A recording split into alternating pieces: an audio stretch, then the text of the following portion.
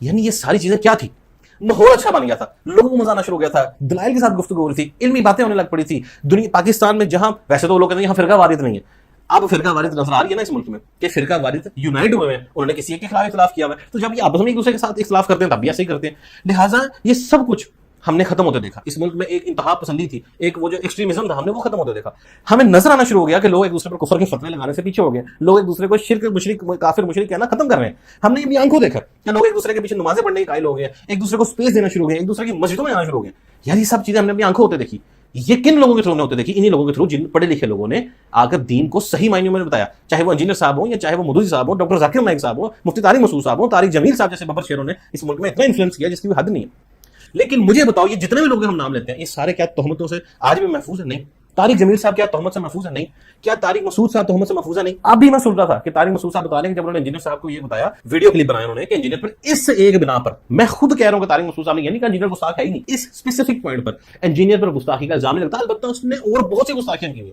طارق مسعود صاحب تو یہ کہہ رہے ہیں، لیکن ابھی میں سن رہا تھا کہ طارق مسعود صاحب کہہ رہے ہیں کہ مجھے گستاخیوں کے میسجز آ رہے ہیں کہ تو گستاخ ہے، مجھے دھمکیاں آ رہی ہیں. سوال تو میرا یہ ہے کہ ان کو دھمکیاں لگاتا کون ہے؟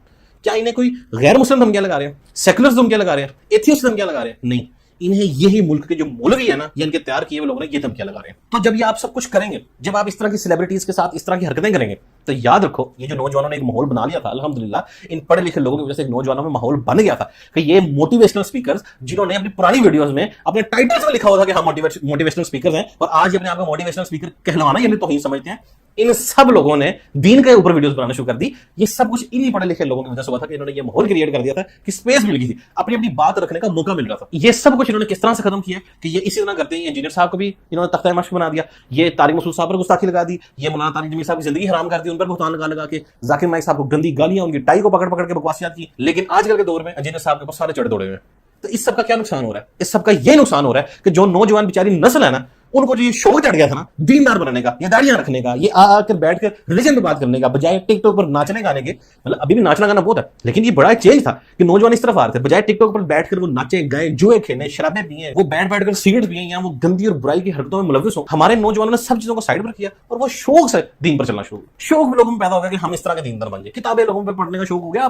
آپ شاید نوٹ نہیں کرتے ہو گے لیکن آپ دیکھو کتنے لوگ ریوائیو ہوئے. مولانا مودودی صاحب جو آج سے کئی سال پہلے کے فوت ہو چکے ہیں، دوبارہ سے ان کا ذکر چلنا شروع ہوا ہے. اسرار احمد صاحب مشہور ہو گئے. مولانا اسحاق صاحب جو شاید اپنی زندگی میں اتنے فیمس نہیں تھے، اپنے مرنے کے بعد اتنے فیمس ہو گئے. میں کہتا ہوں ڈاکٹر ذاکر نائک صاحب کتنے اچھے دور میں آ گئے کہ آج ان کا ہر فرقہ تعریف کر رہا ہے.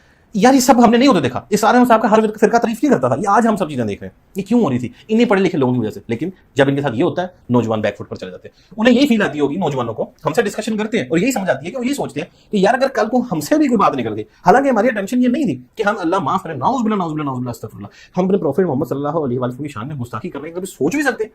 اگر ہمارے منہ سے باہر نکل آتی ہے اور یہ اس کو گستاخی کرنے دے دیتے ہیں تو کیا ہمارے ساتھ بھی یہ سب کچھ ہوگا؟ اور یہ سب کچھ کیوں کرتے ہیں؟ اپنے مفاد میں. تکلیفیں ان کو کچھ ہو رہا ہے، مسائل انہوں نے کچھ اور بنائے ہیں. تو جب یہ سب لوگ اپنے مفاد کی خاطر اللہ کے نبی صلی اللہ علیہ وآلہ وسلم کی شان میں گستاخی کو ڈھال بنا لیتے ہیں نا، تو یاد رکھو اس کا نقصان صرف اور صرف یہ ہو رہا ہے، آئندہ آنے والے نوجوان، آئندہ آنے والے لوگ دین پر بات کرنا بھی چھوڑ دیں گے. وہ یہی سوچیں گے کہ بھائی یہ فوڈ بلاگر بن جاؤ، بھائی کسی ڈرامہ انڈسٹری میں چلے جاؤ، ماڈلنگ میں چلے جاؤ، میمز بنا لو، ناچ لو، گا لو، موٹیویشنل اسپیکر بن کر جھوٹ بولتے رہو، لوگوں کو جھانسے دیتے رہو، ایک دوسرے کا حق مارتے رہو، یہ سب کچھ کرتے رہو. اسلام پر گفتگو نہ کرنا. کیوں نہ کرنا؟ کیونکہ جی جو فرقہ پرست یہاں پر بیٹھے ہوئے ہیں وہ اپنے چونکہ بزنس کو ٹھپ ہوتا دیکھیں گے تو جب ان کو نظر آئے گا ہمارا بزنس ٹھپ ہو رہا ہے تو وہ کیا کریں گے؟ آپ پہ کوئی نہ کوئی الزام لگائیں گے اور آپ کی پوری کی پوری لائف حرام کر دیں گے، خراب کر دیں گے. تو میں یہ سمجھتا ہوں کہ ہمیں سوشل میڈیا کی ہر جگہ پر یہ آواز اٹھانی چاہیے کہ ہماری جو ریاستیں وہ کچھ ہوش کے نہ کھلیں اور وہ اس طرح توجہ کریں کہ اگر آپ اس طرح سے سب کچھ کرتے رہیں گے تو یار اور کچھ نہیں ہوگا، نوجوان نسل دین سے دور جائے گی. اور اگر آپ لوگوں کی یہ خواہش ہے کہ نوجوان نسل دین پر عمل نہ کریں تو پھر ٹھیک ہے، ہمیں واضح طور پر ہر چیز بتا دیں تاکہ ہم نے جو آپ کے بارے میں حسن رکھا ہوا ہے ہم وہ پھر ختم کریں.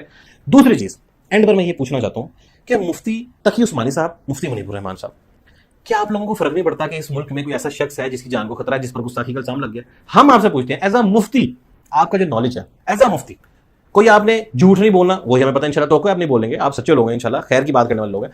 مفتی جو لکھ کے فتوا دیتا ہے نا، آپ نے وہ ریٹرن میں فتوا کیوں نہیں دیا ابھی تک کہ واقعی یہ شخص گستاخ ہے کہ نہیں؟ یار اگر وہ نہیں ہے تو اس کو چھوڑو، اس کو ایزی کرو تاکہ یار پتہ لگے وہ اپنا کام کرے آ کے. اور اگر وہ گستاخی کر رہے ہیں تو تب یا فتوا دے تاکہ آئندہ آنے والی نسل پوری کی پوری پریپیئر ہو کہ بھائی ہم نے یہ کام نہیں کرنا.